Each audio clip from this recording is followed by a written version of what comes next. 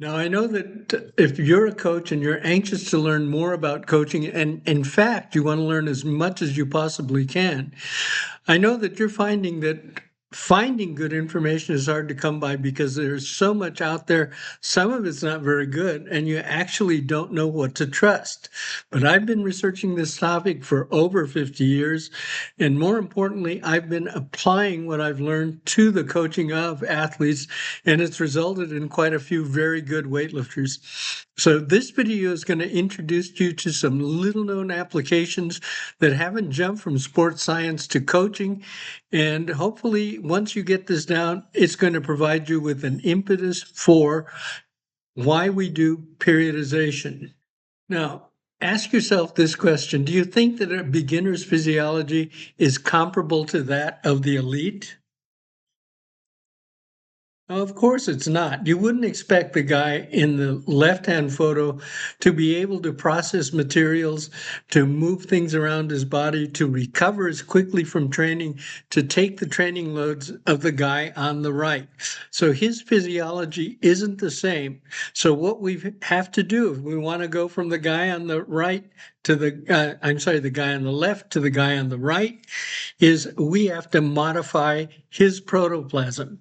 Protoplasm being the stuff that your body is made up of. Now, before we go any further, don't forget to subscribe, leave a like or a comment, and most importantly, please leave questions about problems that you may be having coaching. I'll try to answer them, and perhaps I can even come up with a video to help you with those problems. So please do that. I'd appreciate it very much. So, what is the role of the coach in the development of the athlete in the engineering of protoplasm? So, let's go over that. First, let's talk about what protoplasm is. It's basically living stuff, living material. You and I are both made up of protoplasm, and so are the athletes that you're going to coach. Protoplasm, however, can be changed.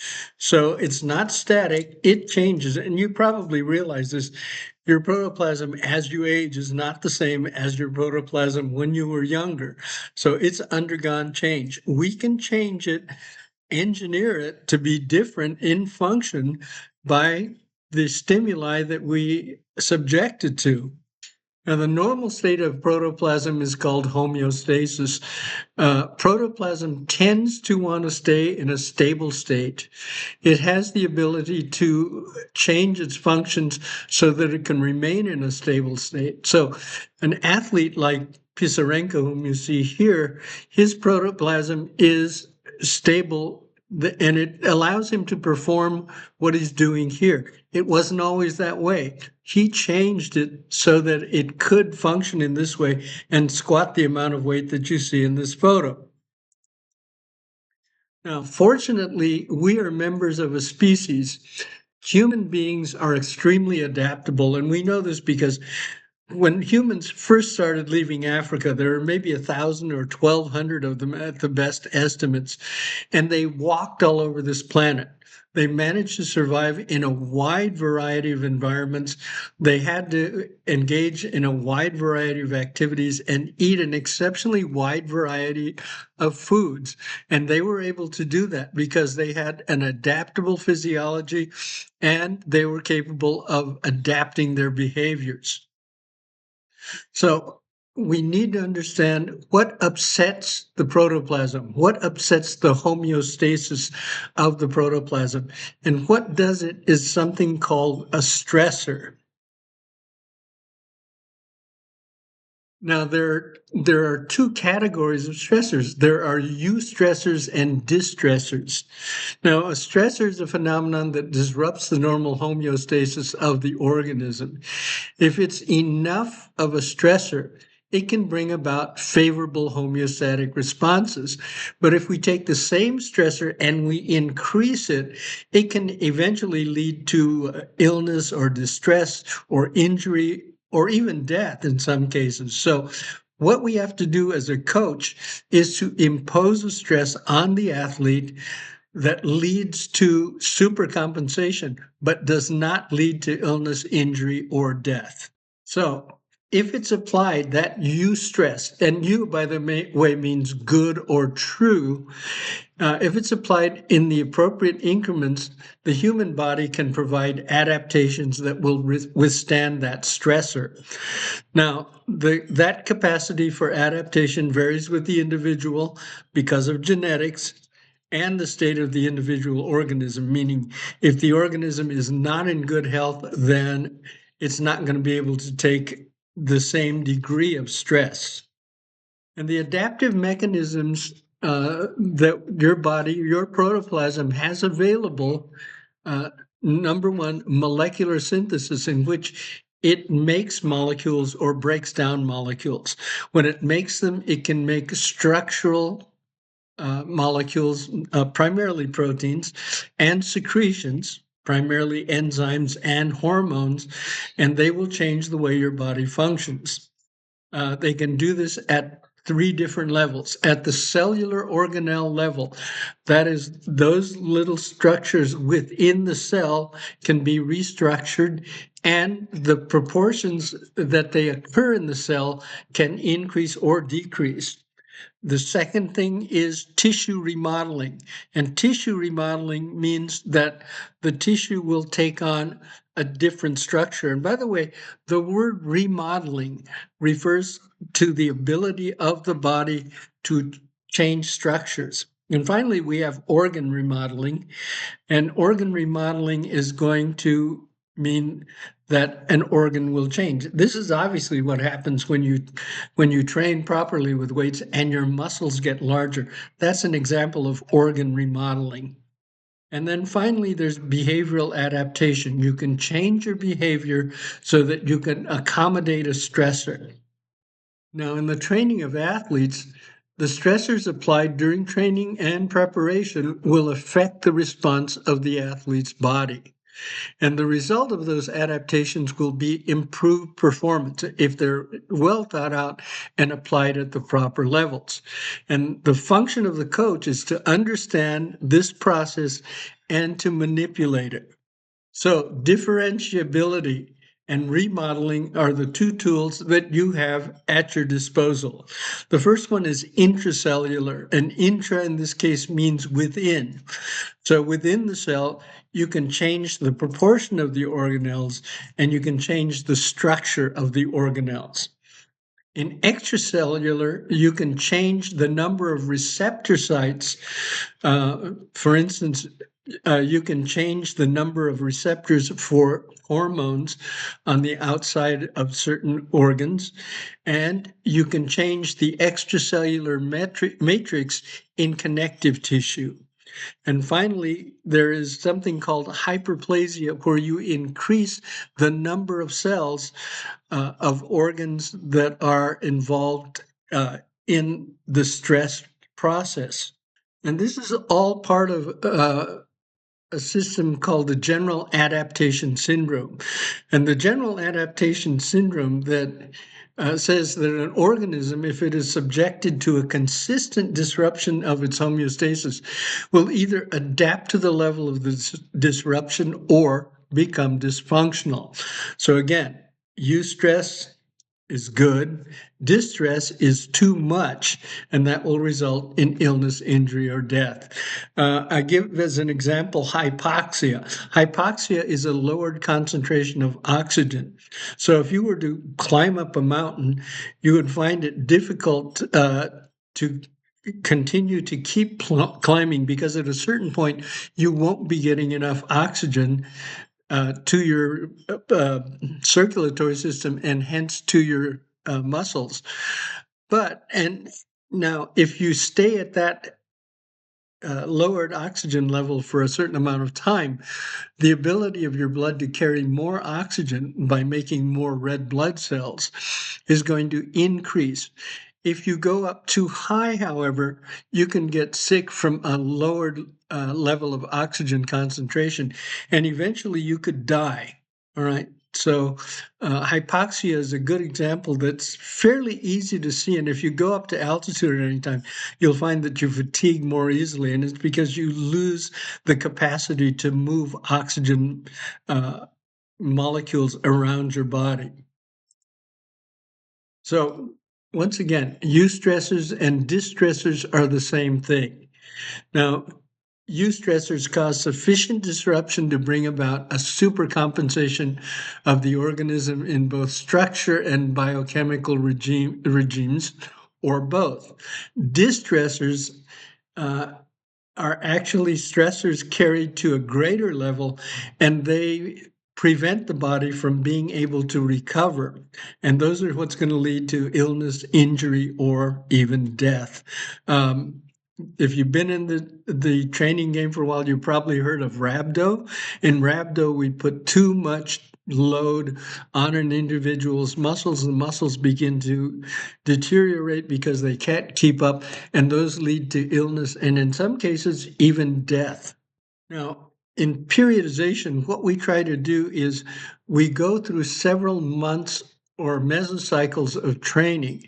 And during the early mesocycles, we take the body to the point where it is slightly beyond the point where it can recover.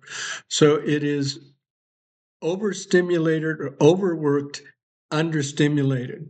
And then as we get closer to a competition, we bring down the training load. And at that point, supercompensation takes place, and the athlete can perform in the competition at higher levels than ever before. But you have to know how to do this. Now, a mesocycle is a 3 to 4 week period, but it can actually extend out to 6 weeks. And it's generally considered a training month. And it is either designated as a preparation mesocycle or a pre competition mesocycle. In the preparation mesocycle, we're taking the body beyond its ability to recover slightly. Not too much, but slightly.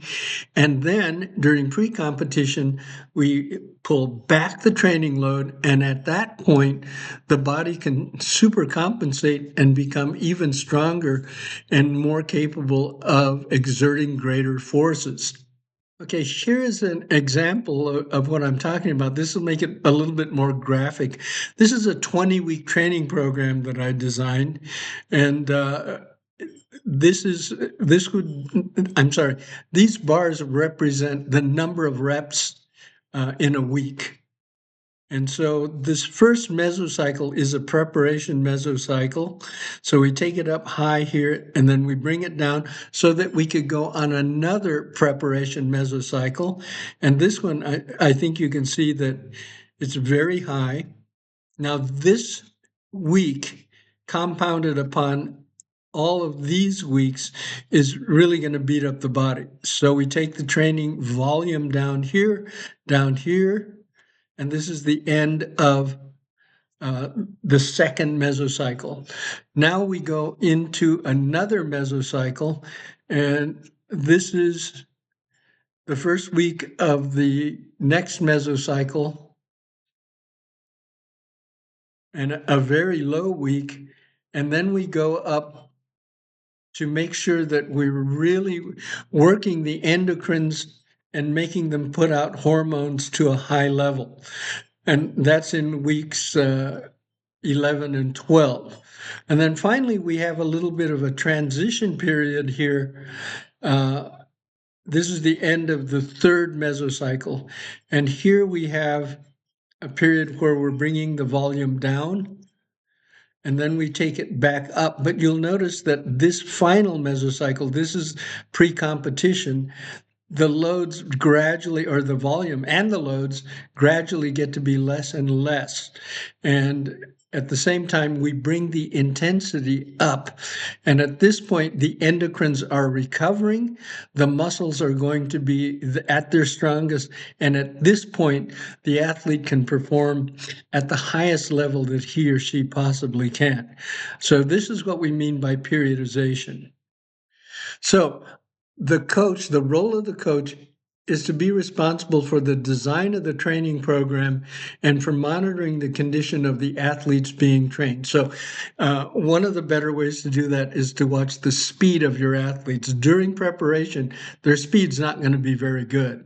especially toward the end of a preparation mesocycle. So you have to make modification of the training if those periods where movement is rather slow for extended period of time. And there have to be open lines of communication between the coach and the athlete. And the reason for that is one of the things that you're looking for if you're a coach is whether or not your athletes are waking up 4 or 5 times a night and whether or not they have diarrhea. So your lines of communication have to be open so that your athletes are willing to share that with you because that's feedback. And once you get to that state, you know that you're at a point in the preparation mesocycle where you need to maybe back off on the training load a little bit, and then you can dig back in and try to get to that state again. All right. Now, some of the parameters that you can control. First one is load, which is the amount of weight lifted during a mesocycle or a macrocycle. And basically, what you do is you multiply the number of reps times the weight on the bar for each set and each exercise and each training. Lots of math, but I don't quite know how we're going to do that with AI because I haven't gotten that far into AI, but you can definitely do it with a spreadsheet. Now, the sum of all these figures constitutes the load, and it provides an indication of the amount of work being performed, but not the character. And when we talk about the character, we are talking about such things as the exercises that are being selected and how the intensities are distributed throughout the various intensity zones. That is, how many are done at 60%, 70%, 80%, etc. The second one is volume. This parameter of training, it's the number of repetitions that are performed. And you need to have figures for a microcycle, which is a week, mesocycles and macrocycles. And this is an effective index for measuring the physiological stress on the organism, provided that the character of the training, that is the exercise selected and the number of sets within that exercise, uh, this will be an indication of whether or not those things are being selected or put together properly. Frequency of training, and it refers to the number of trainings per week. I use the word here unsupported lifters, which means lifters that have to work for a living, which is the majority of American weightlifters. You can generally only train once a day, and 6 days a week, most of the time, is typical. When I went over to Bulgaria to watch how they were training, they were professionals and they were known to train as many as 26 times per week. So they're in a different situation and they can accomplish much larger training loads and training volumes than we could in this country. Okay, repetitions per set. Now, this can range from a single repetition to as many as 6 to 8 for an auxiliary exercise. Most rep set schemes are set at 1 to 4. And the higher the number, the more there is a hypertrophic effect. And the lower the number, the more the nervous system is affected. Now, you don't want to get into the situation where a lot of coaches think, oh, more is always better. You don't want to do necessarily more reps in a set because you're not getting the proper nervous system stimulation that you want. You're getting a hypertrophic effect, which means you're increasing the size of the muscle, which is appropriate during preparation, but not so much during pre-competition mesocycles. Now, the number of sets, this can affect the character of the training. The majority of your sets are going to be in the 75 to 90% range to properly improve both speed and strength characteristics. Now, the lower the percentage, the more speed work you're getting, the more speedy your athlete is going to be. the higher the percentage or intensity, the more you're going to get strength improvements. To be a good weightlifter, you have to have both speed and strength characteristics developed as much as possible. So if you've got an athlete that's slow, you want to do more sets in the lower intensity ranges. If you have an athlete that needs to be stronger, you want to go more toward the higher intensity, and that means adding more sets in that intensity zone. Not more reps, but more sets. The absolute average intensity, you're going to get this by taking the load, which we talked about earlier, and dividing it by the volume. And this gives you the average weight lifted per repetition within a macrocycle, so to speak. So you can use this to compare the amount of stress you're putting on each athlete from one macrocycle to the next macrocycle. The relative average intensity is the average percentage of maximum.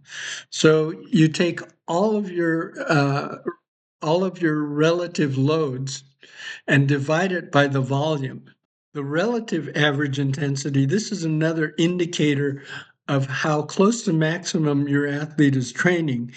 And what you need to do is add up all of your relative intensities, that is the percentages, add them all up and then divide it by the volume, the number of repetitions, and this will tell you the average percentage of max. All right, and this is going to be helpful in determining whether or not you're balancing out speed to strength characteristics.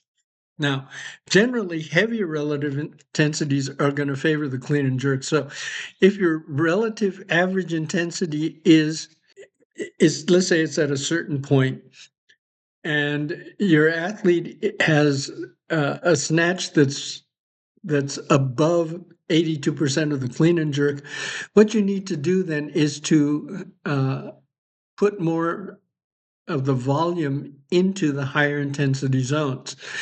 If you have the opposite effect where the snatch is less than 78% of the clean and jerk, then what you need to be doing then is cutting back on that relative average intensity. So you need to put more sets into the lower intensity zones. You got to play with this stuff.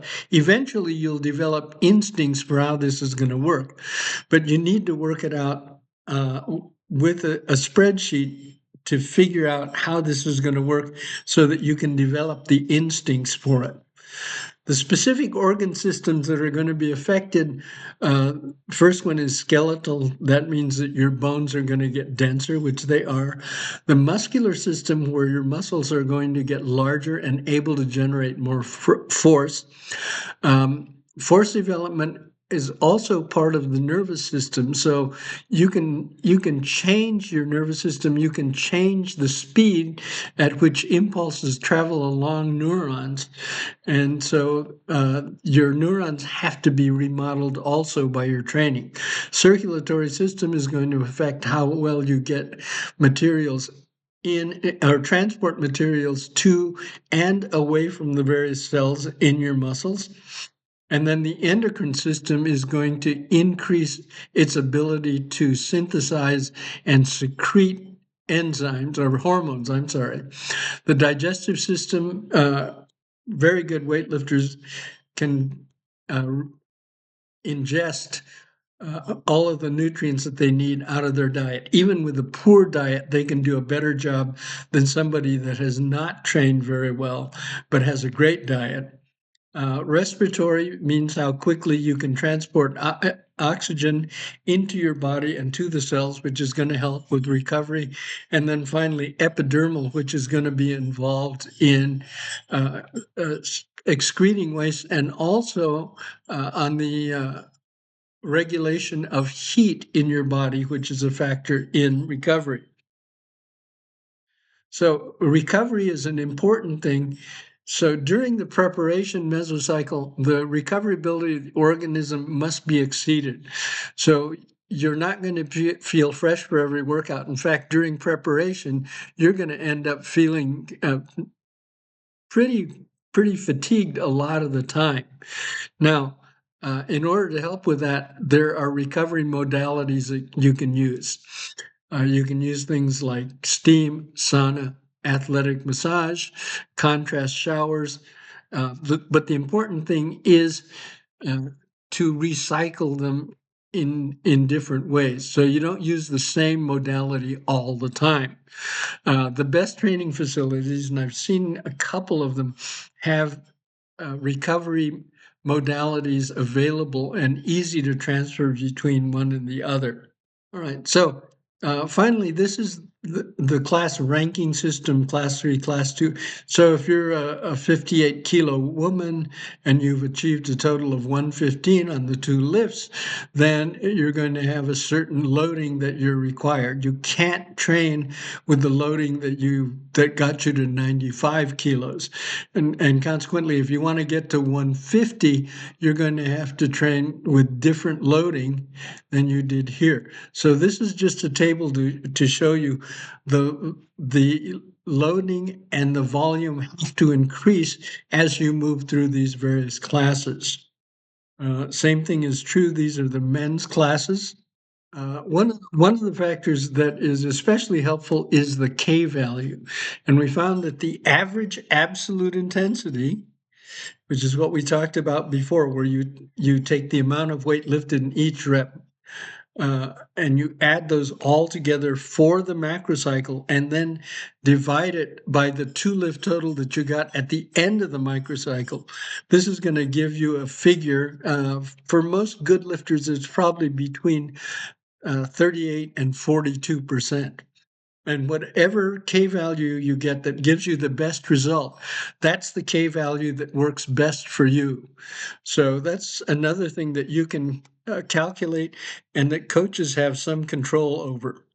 So the education of the coach continues on and on. I'm going to try to produce more videos that are going to help you with this process, and those will be coming up over the next few weeks or few months. So I hope this has been helpful, and give me a like or a subscription, and most importantly, ask a question that might be giving you a problem as a coach. Okay? All right. Bye for now, and I'll see you in the next video.